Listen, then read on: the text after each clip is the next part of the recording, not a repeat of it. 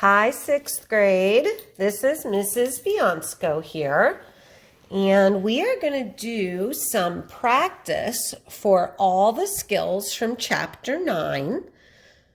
You will very likely have a quiz by the end of the week this week, so probably by Friday, which, let me check the date, I think that'll be April 3rd. So I'm going to go through a practice problem for all the different things we learned about calculating some statistics and stuff this chapter. So we are going to go through and find the mean, mode, median, range, identify if there are any outliers, quartile 1, quartile 3, the interquartile range, and the mean absolute deviation. Okay, so I started out by giving you our numbers, our set of data set up in this format, just so we can make sure you guys reviewed how to read this and make sure you guys were understanding this correctly. So on the bottom, we have our numbers 0 through 9, and then we have some X's above each number. So each one of those X's will count as one entry for that number. So we're going to start here, for example, with our number 0. And we have two X's above 0. So when I start, the first thing I do is put my numbers in order least to greatest. I'm going to put 0 and 0. Now I have number 1, number 2, 1, 2, 3, number 3s, so 1, 2, 3 of them, 2, number 4s, 1, 2, 3, number 5s, so 1, 2, 3, 2 number 6s, and then 1, 2, 3, 4, 5 number 7s, 1, 2, 3, 4, 5, 3 for 8, 1, 2, 3, and then 1 number 9.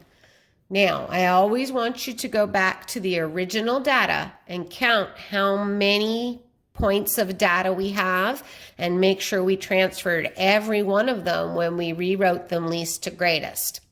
So I have 1, 2, 3, 4, 5, 6, 7, 8, 9, 10, 11, 12, 13, 14, 15, 16, 17, 18, 19, 20, 21, 22, 23. So I should have 23 numbers here.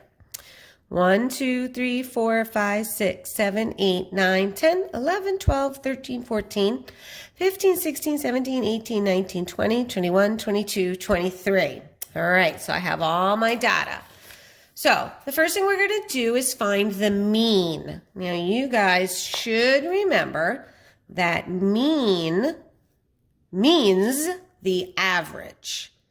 So we are going to take all of these numbers, we're going to add them all up, and then divide by however many pieces of data there were. So in this case, we know we're going to divide by 23 because we just counted them up. Now, when we add these all up and we count how many pieces of data there are, these zeros count. They are important. 0 is a number and 0 is part of our data. Okay, so we're going to start adding these all up right now. Let me get my calculator and we're going to add up. So I am going to do 0 plus 0 plus 1 plus 2 plus 3 plus 3 plus 3 plus 4 plus 4 plus 5, 5, 5, 6, 6, 7, 2, 3, 4, 5 of my 7s, 8, 8, 8, and 9. So I have a total of 115. I would not hesitate to tell you guys to add them twice. This is a lot of numbers, and it's very easy to miss one or make a mistake. Now, I went ahead and added them ahead of time, so I do know 115 is correct. I know I didn't miss one. But you guys, you should think about adding them twice just to make sure when there's so many like this. But on we go, 115, and we're going to divide that by 23. And we have 5. So our mean, the average of these numbers is 5. Okay, now we're going to move on to the mode. Remember, mode means the number that repeats the most often. M-O, most often, mode, most, however you want to remember that. So in this case, if we look at the number 7, we have 5 of those. So that is the number that repeats the most often. Okay, median. Median means the number exactly in the middle.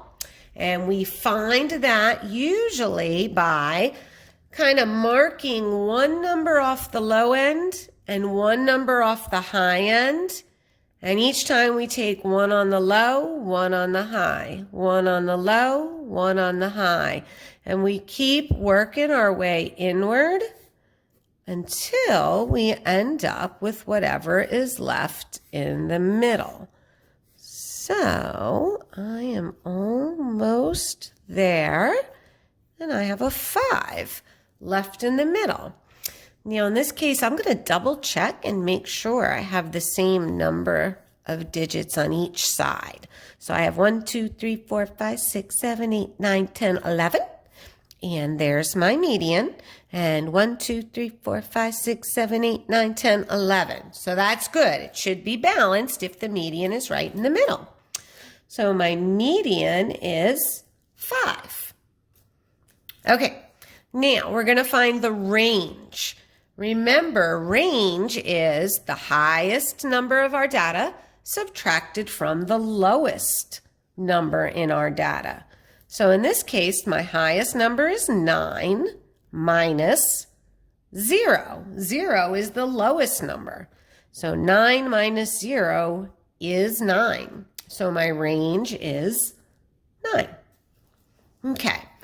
Outliers. These are any numbers that could be way down on the low end or way up on the high end, but they are numbers that are really kind of far away from all the rest of our data.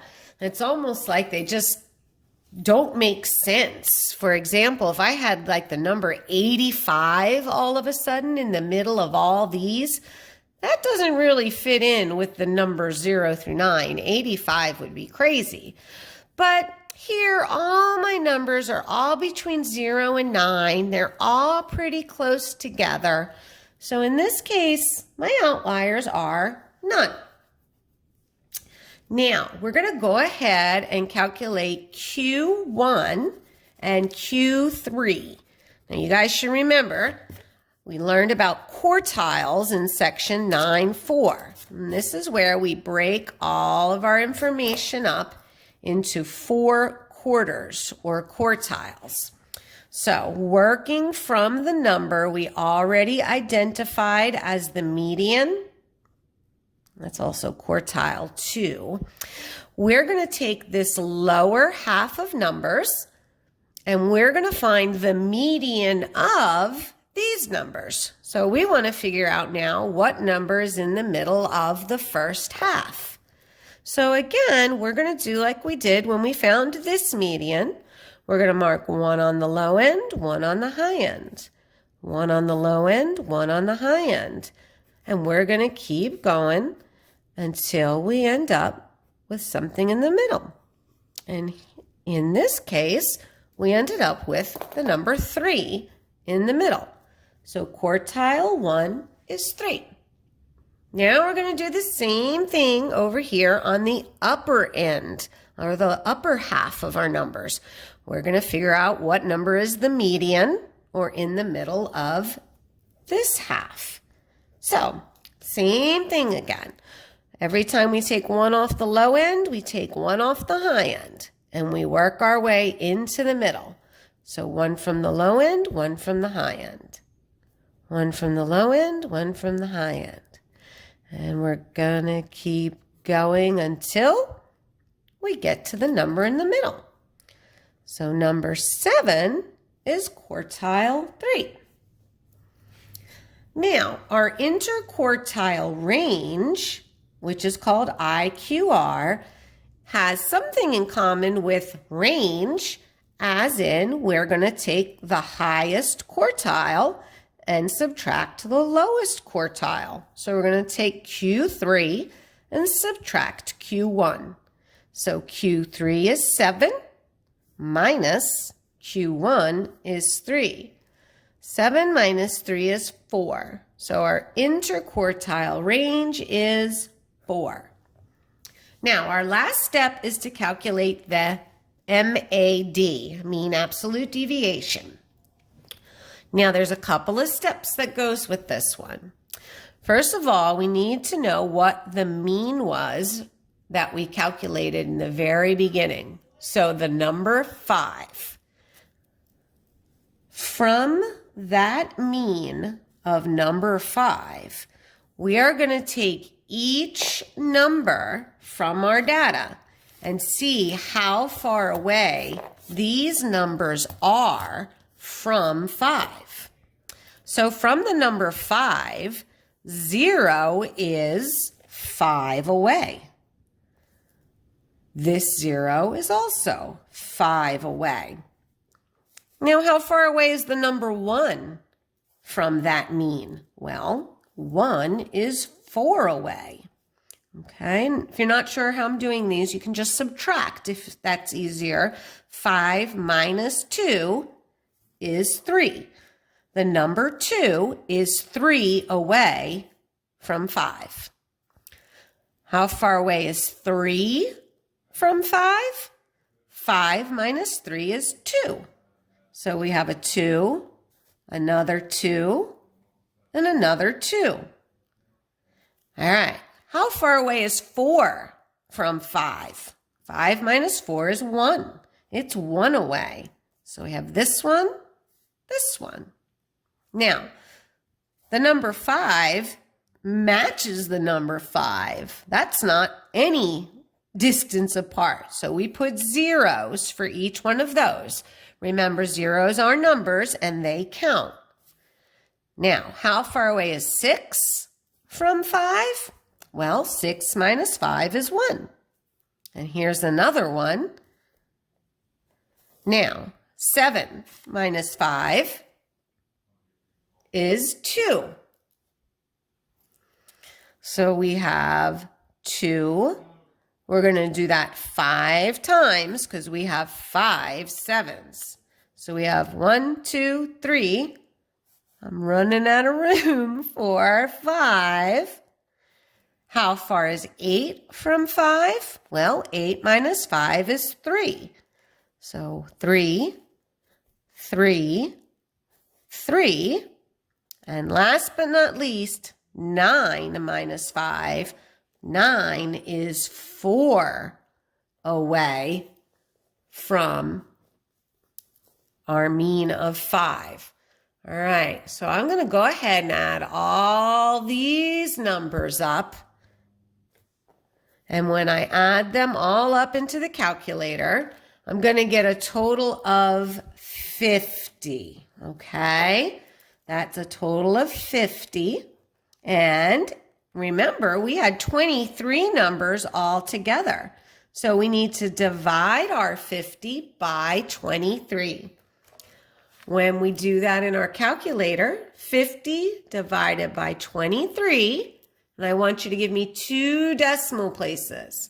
So we have 2.17. That is our MAD. Now, you guys should have already seen that on a video from Mrs. Shea as well. But if you have any questions, you guys can email me, you can call me, you can text me, anything you need to do. You guys are always welcome to get in touch with me and ask questions. All right, that was our review of all the skills we learned in Chapter 9. I'm going to include this video and give you a new set of data, so some different numbers, and you guys are going to go through for your assignment and calculate all these same things over again. So look in Google Classroom, okay? Remember, Mrs. B is using Google Classroom for our once a week class, and that's where you'll find your new set of data and all these things you're going to find for me for your test practice. All right, you guys, you have a good one, and let me know if you have any questions. Bye.